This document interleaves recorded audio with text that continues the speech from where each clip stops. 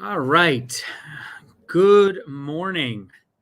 Hopefully, everyone is doing well and ready for a weekend. This is quite a short week, 3 days. It's amazing how quickly that goes.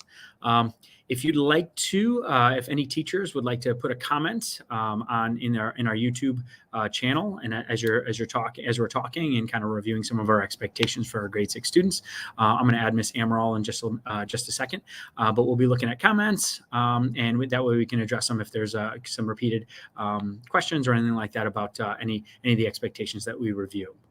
So first, I said this on our grade 6 orientation for those people who were able to come, but the class of 2028 is when you will be graduating high school. So if you see this class of 2028, you'll have 3 years here at West Rocks and then 4 years at whatever high school you go. So 7 years from now is 2028. Amazing, right? So class of 2028.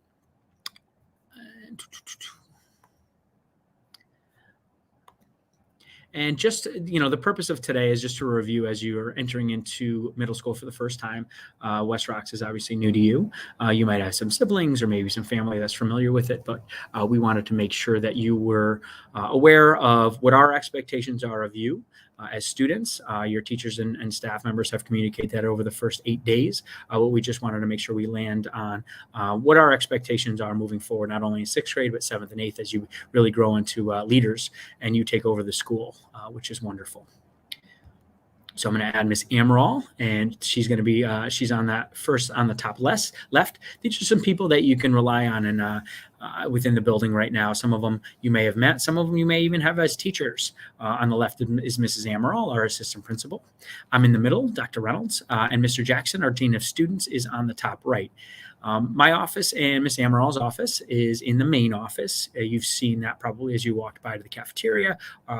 Miss Amaral's office is on the left as you're looking at it, and mine is on the right. Our doors are always open. You can come on in. Mr. Jackson, his office is upstairs near the far stairwell, near the copier, which is in the hallway across from Miss Novotny's room upstairs. And if you need something from him, you can come see him at any point. He's always out and about in the hallways, and he's wonderful about dealing with conflicts and having restorative circles with our students and staff. He works closely with our counselors. We have 3 counselors. If you have met them, Mr. Cherbo, Mr. Omaya, and Miss Simone. Miss Simone is your 6th grade counselor. Now on the bottom here, we have some images. Our Alpha House leader is Miss Sable on the left. She is probably in her class right now. So hi, Miss Sable, in her class. Beta House leader is Miss Walters. She's one of our literacy improvement teachers. You'll see her in and out of classrooms, ELA specifically, usually in the 8th grade, but she'll be out and about. And she'll be working with students as well. You've probably seen her on the line. And Miss Golding, one of our music teachers. She's our Delta House leader. She works with chorus, our broadcast journalism. She's behind the scenes as we speak with some of our students. She's the one who's doing Panther News, and she's in the music wing if you need any help. And she'll be coordinating a lot of our trips too this year. Now, it's important to focus on really what we think is important. We think that, in order to build something, right, you have to have a solid foundation, and we have our pillars, which we look around. And if you've seen in the cafeteria the last couple of days, we've named those pillars. And my question is, how are you doing your part? We focus on leadership, service, character, scholarship, perseverance means keep going. And we actually have another acronym, our PAWS acronym. And all of these, in addition to really making sure that those are important, we recognize students not only with our PAWS cards, and I know some people are interested in that, and the PAWS and the store is going to come soon.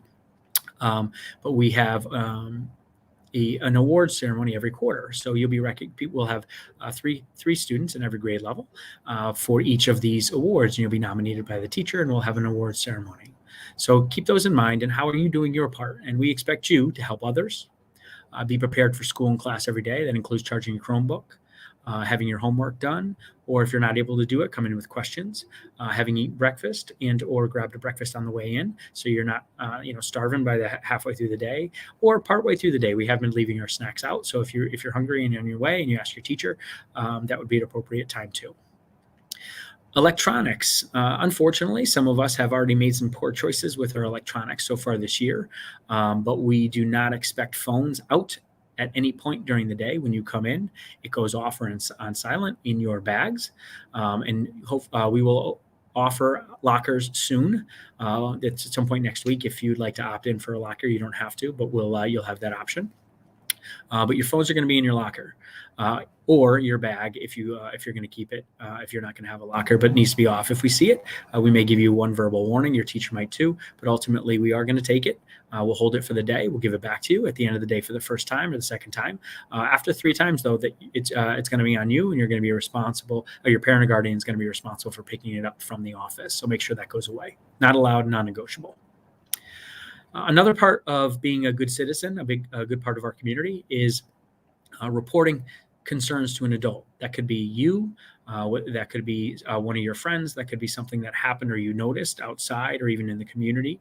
If you're not sure and you think something may be wrong, make sure you go see an adult. You might have heard of the expression, see something, say something, and that goes here too. Make sure you are safe and you're a good friend and a good peer and a good student. So you make sure you report something that that you see.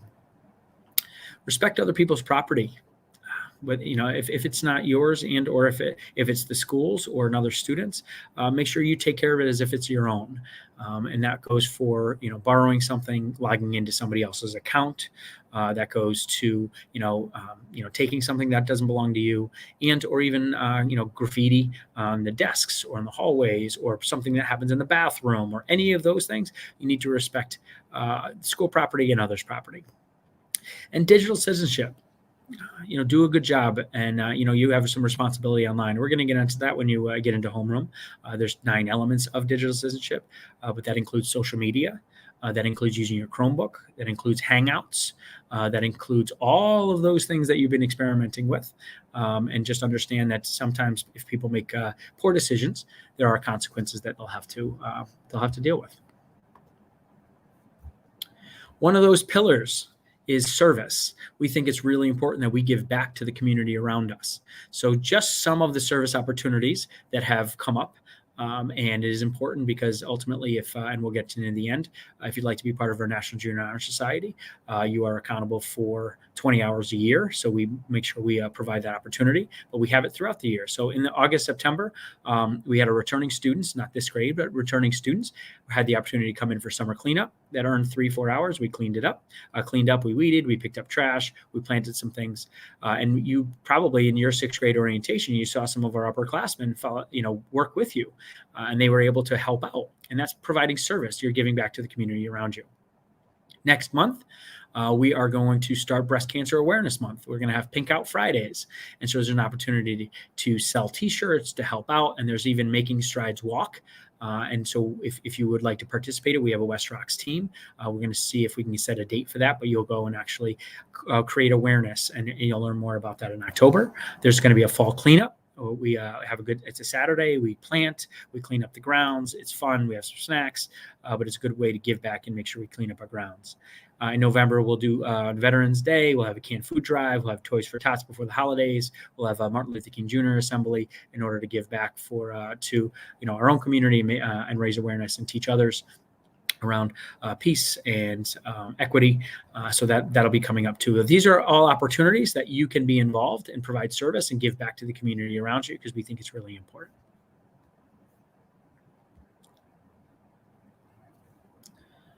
All right, I'll do this slide and I'll turn it over to Ms. Amaral for the next one.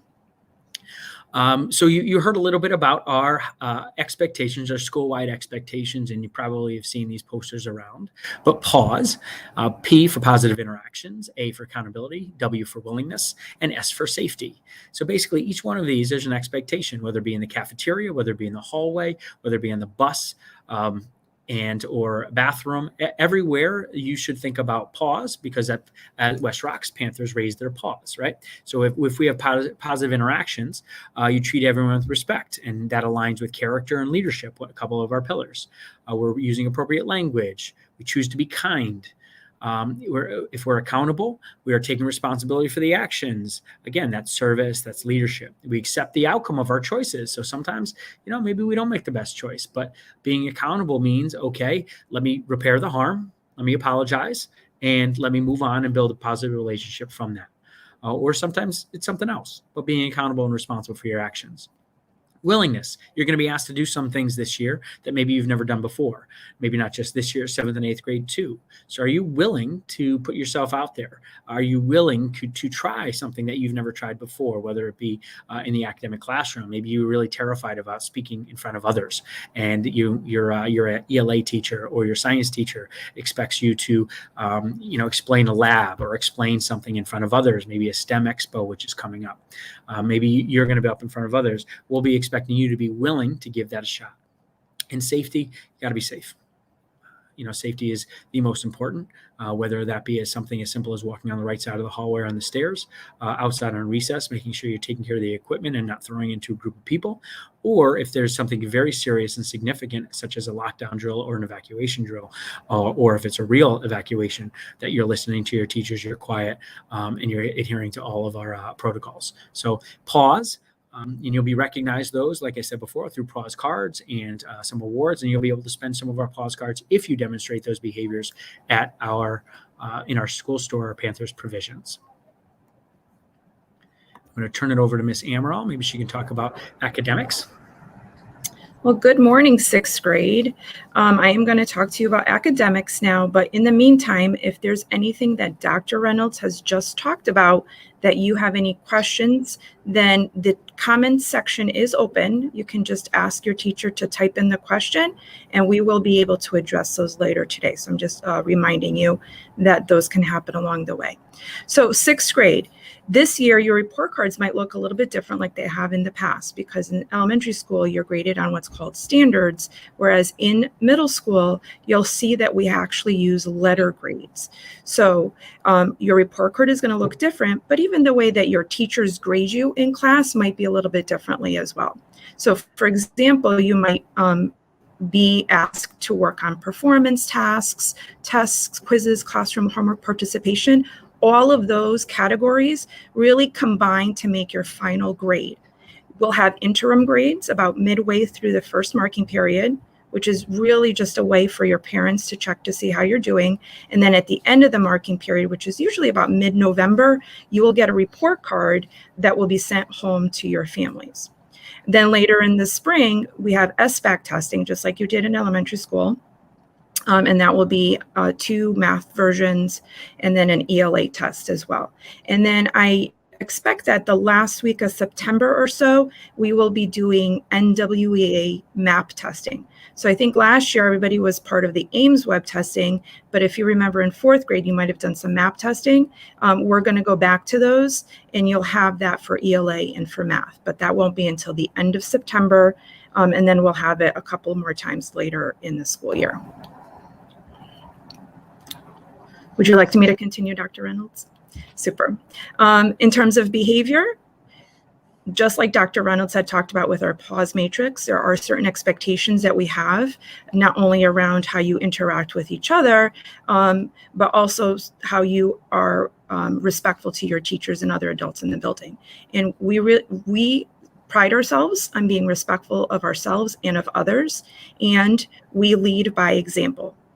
So if you see other students doing something that you know is not the right thing to do, then you should be the example and tell your friends to knock it off. That's not the right thing to do. That can happen in the cafeteria, that can be in the hallway, that can be on the bus, all of that, because we all have to work together to build our community. And it's really together that we have the community. So it's not just the adults telling everybody what to do, but you also know what you should be doing and helping us maintain those by being examples. And then just a reminder, this year we are enforcing the hats, hoods, and then just dressing appropriately. But I know a lot of you have been doing a great job because I've been seeing you in class and in the hallways. So just keep up all the great work. That goes for slides as well. I know it's not included on this slide, but if you have footwear, make sure it has a back. If you're wearing Crocs, make sure it just can strap onto the back of your heel. If you are wearing slides, it's just not safe if we have to evacuate or walking up and down the stairs or you're running. So make sure we have appropriate footwear each and every day. Unfortunately, too, sometimes when our behavior is not positive and it is extreme, please understand that when you get your planner today, and you probably reviewed it with your homeroom teacher a little while ago, in that packet, but you're going to get the planner a little bit later, which is also contains the code of conduct.